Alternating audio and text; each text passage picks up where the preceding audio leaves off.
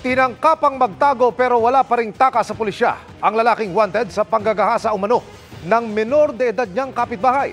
Narito ang eksklusibo kong pagtutok. Makikita naman namin. Madilim na nang dumating sa area ng Dasmariñas, Cavite ang San Juan City Police. Ano tayo sa area? Sa area tayo, ano na? Ito. Ang aarestuhin sa establishmentong ito raw nagtatrabaho. Ayun, doon sa kapila. Sige lang. Diretso mo lang, pare. Diretso mo lang. Ganyan lang. Huwag papatayin yung ilaw. Huwag mo papatayin yung ilaw. Positibong nakita na ang suspect sa loob, pero may konting problema. Pagtago marunong. Tago Pag may malusutan doon, wala?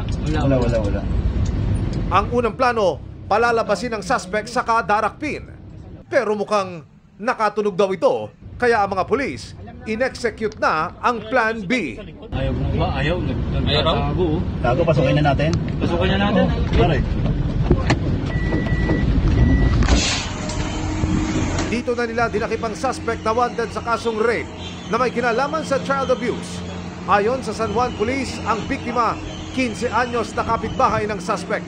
Magkakilala, so kapalagayang loob. So naisagawa yung act of lasciviousness nung September 9. Dalawang araw ang lumipas, September 11, ginahasa na ng suspect ang biktima.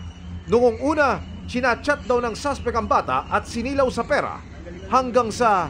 Siguro nabaitan yung victim, binibigyan ng pera, at siguro nakapalagayang loob. Kaya niya na isagawa yung krimen.